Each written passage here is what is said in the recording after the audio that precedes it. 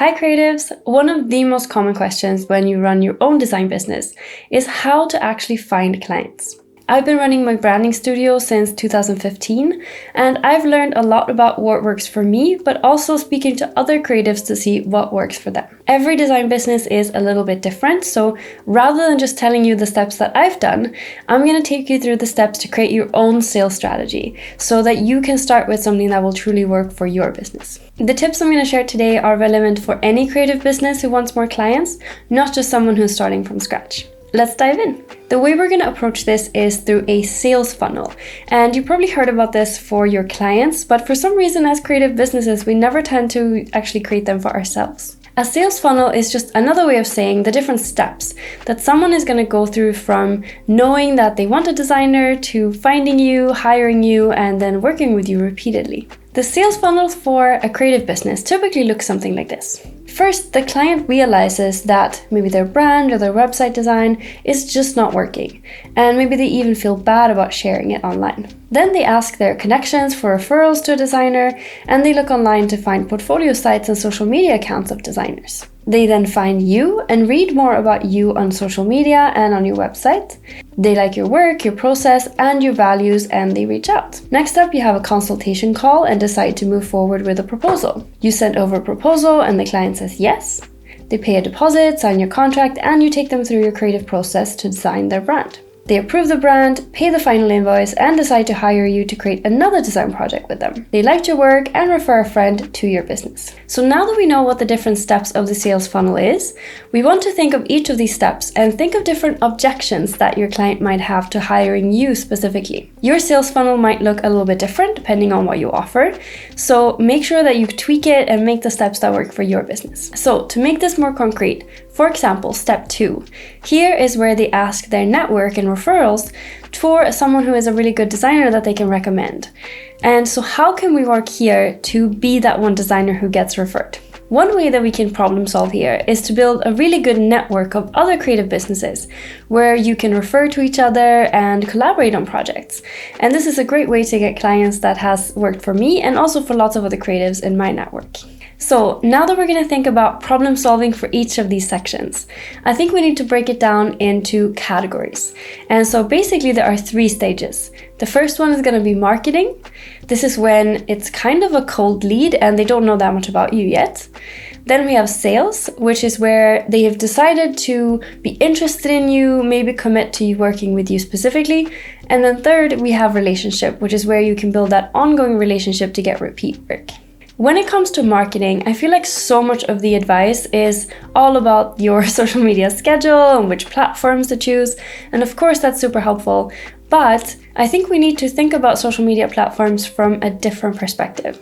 Something that has really helped me has been to think about platforms as either distribution channels or as relationship builders. And most of the time, platforms cannot be both. So what I mean about that is Pinterest, for example, is pretty obviously not really a relationship builder because you don't really get to know the people's accounts that you pin, but they're a really, really good distribution channel. However, YouTube, for example, is really, really tricky to get discovered. You have to put out a lot of videos and a lot of content before you start getting followers. But once you start having those followers, we have so much more of an actual relationship because you can have people on video, you have conversations, you can have community tabs. And so YouTube is more of a relationship building account. I think when we plan our marketing strategy, it's really important that we have channels that complement each other rather than trying to be on all of the different channels. So that way we can create custom content that specifically has that one purpose. So maybe for you it's different. Maybe for you, for example, Twitter is your distribution channel and LinkedIn is your relationship builder because maybe that's where your clients are. So have a think about this for your own business and how you could approach that with your own strategy. For marketing, we might also want to consider more traditional ways of networking and building relationships with people that are not just through social media. This can be anything from cold emailing to having a business network from, let's say, the Chamber of Commerce in your city. So let's get back to our sales funnel and go through step by step how we can work on our business to make sure that we're hitting those different objections and making sure we are the one who win the clients. So step 1 is the client realizes there's a need for your services. And of course, we could just wait for clients to realize, but that's going to take time and is not active. So if we want to think about how clients might find out that they need our help, we can consider either doing cold emailing, which basically means that you're contacting people that you think might be a really good client, and you're making a suggestion for how you can help them. This has kind of a bad reputation because a lot of people approach this with a kind of volume approach, where you're just emailing hundreds of accounts with a very random message. And of course, you're just hoping that if you're emailing 100, one will say yes. But typically, that's not my experience. Instead, what you want to do is you want to find a couple different clients that are really your ideal audience. And you want to make sure that you're doing some research on them. Make sure that you're understanding how you can help them and make suggestions specifically for them. And pitch a project rather than pitch yourself. So there's a really, really great resource which is called the Ethical Cold Pitch. It's a resource by someone called Bree Weber, who's a copywriter, and I'll make sure to link it down in the description. And this is basically a course around how to create really, really quality pitches where you don't have to send that many because the closing rate is much higher. And you're trying to really understand this client's business and make a pitch that they will be super excited to accept because it's something that they haven't thought about, or you're coming at it from an expertise angle. Another example is in-person networking, where we don't want to start selling ourselves right away. We want to start listening to what people are talking about in their business. How are they describing the issues that they're having? How are they describing their business model? And then we can apply our understanding of marketing and branding and design and see how can we offer a bit of insight that builds trust. And then we can have a coffee after that to make sure we can talk more about it and we can pitch our services a little bit better. For step 2, we already mentioned that having a great network of other creative businesses and businesses in general is a great thing, but we can also get more referrals just by asking. So what I've noticed is a lot of creative businesses doing an amazing job, and then at the end of the project, it's kind of like, okay, great, here you go, thank you so much for the project. And then we just assume that if clients are interested in another service that we offer, they would go to our website and check out if that's a service that we offer. That's how I used to think about it. And what I noticed was clients, they just thought, well, this is a person who does branding. I assume they don't do website design, for example. And so what we started doing instead is when we do our project handoff, we actually have a little section there that talks about how we suggest we could work together again. So this might be very specific sections for their business based on what we know about them, or if we feel like we don't really have a gauge on how we could work exactly with them, we just include a list of the services we offer and see if that's something they would be interested in. So sometimes just asking really does help. Since they already enjoyed working with you, they're also much more likely to say yes than a typical kind of cold lead. So now we're at step 3, and a potential client is really interested in working with you specifically. They maybe found your social media or your website, and we want to make sure that here we are capturing them and showing them exactly what they need to close that sale. This is kind of where our marketing and sales stages are starting to merge. So when they start getting in contact with you, that's when we start the sales process. But to get there, we first actually have to convince them through our website and our marketing. And so here, what I think is really important is most bigger companies, they want to get in touch through email. So the first thing you want to do, which sounds really simple, but a lot of people miss out on, is make it super easy to get in touch with you through email. Make sure you have a contact button on your website. Make sure that if you're coming through social media, people probably want to go to your website rather than DM you. And so you want to make it really easy to get to your website and click that contact button. Having a website is also something I always recommend. We can't just rely on social media because we don't control it. What if one day you were locked out of your account? If your whole business is dependent on those connections that you have there, that can be really detrimental. So having a website where you have, SEO traffic coming in, where you maybe have a newsletter with an actual list of people that you can contact if something happens, that is super duper important. So I really suggest having a website, not just a social media presence. The first thing we really need to make sure we have on our website and social media is clear messaging that's targeted specifically at solving the problems that your dream clients have. So rather than talking about ourselves and who we are and what we offer, we want to really get to the core of the problem that our clients are trying to solve. Then we of course need to also have really quality work that highlights the type of work that you want to get. It's really easy to just focus on marketing because we feel like we want to get more clients rather than working on personal projects and things that can build up our portfolio. And I used to feel a bit bad about putting personal projects on my website because I thought, well, people are going to notice this is not for a client, and therefore it's not going to feel like a valid project. But that was really wrong. So I've never ever had a client point out that something was a personal project. I think it just shows a lot of initiative, and if it's work that they like, that's just proof that you're able to do that work. If you feel like your design portfolio is not where you'd like it to be, then really put some time into, let's say, following design prompts. There's lots of sites that give different prompts for projects, or maybe take a couple courses. There are so many really great ways to find education around design, both free and paid, but it really doesn't have to be expensive. YouTube has tons of amazing content creators who create expert advice on design, but there's also places like Domestika and Skillshare that have courses that are really affordable as well. I also really want to mention that don't feel like you have to have the perfect, most stunning portfolio in order to get hired. When I started, we had a couple projects that were all personal projects, and to be honest, looking back, they were pretty rough. But we still got hired for a couple projects, and then we were able to put those on our website. So really, I think maybe it would be fun even if I share my old portfolio if I'm able to find it. So let me know down in the comments if you'd like to see my OG portfolio. One thing that can really up the quality of your design portfolio is to really describe the challenges of the project, the brief of the project, and how you specifically tackle that to solve this brand problem for your clients and come up with a really good solution. If you're a little bit unsure how that can be formatted, I really suggest taking some time to go and review some really quality design portfolios and see how do they describe it. What kind of categories do they put? How do they talk about the brief? How do they talk about their solution and their approach?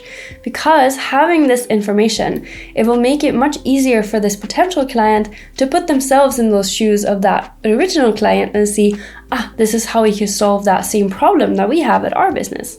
When we just have images, it seems like the work we're doing is all about making something beautiful.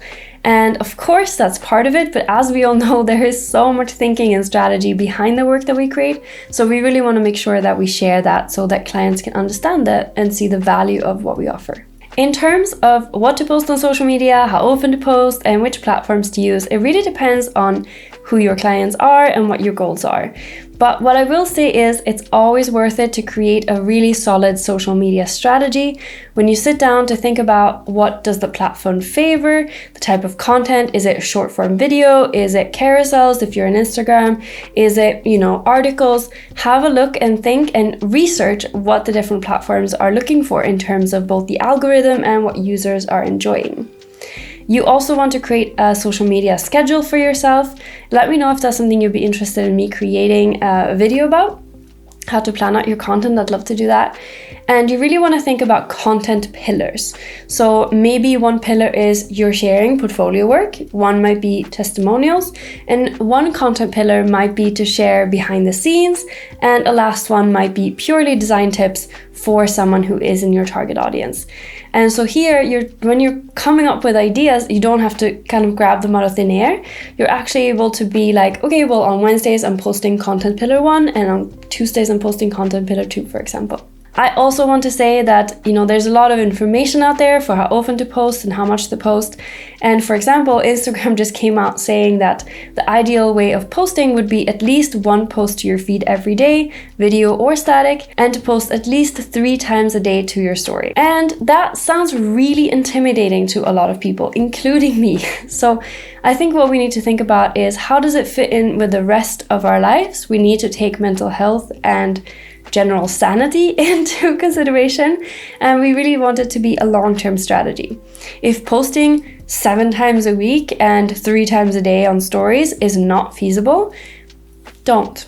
Create a strategy that works for you and that you're going to be able to keep up, because even on the distribution social media platforms, it's all about that long-term frequency and the long-term relationship with the people that are following you. It's much better to show up 3 times a week every week rather than 7 times a week, 1 week, and then nothing, and nothing, and then 7 times a week. Try to think about it from how your business works and what you're able to do, and be nice to yourself. For stages 4 to 6, we really want to focus on our creative process and the experience that we're giving our clients as they work with us. We want to make sure that they want to come back from our work and that they want to refer someone when the project is done. I think we can do this in 3 ways. First, we need to have a clearly defined process with easy steps to follow. Next up, we need to communicate the strategy and these different steps to our clients so that they feel at ease and they are always aware of what's happening.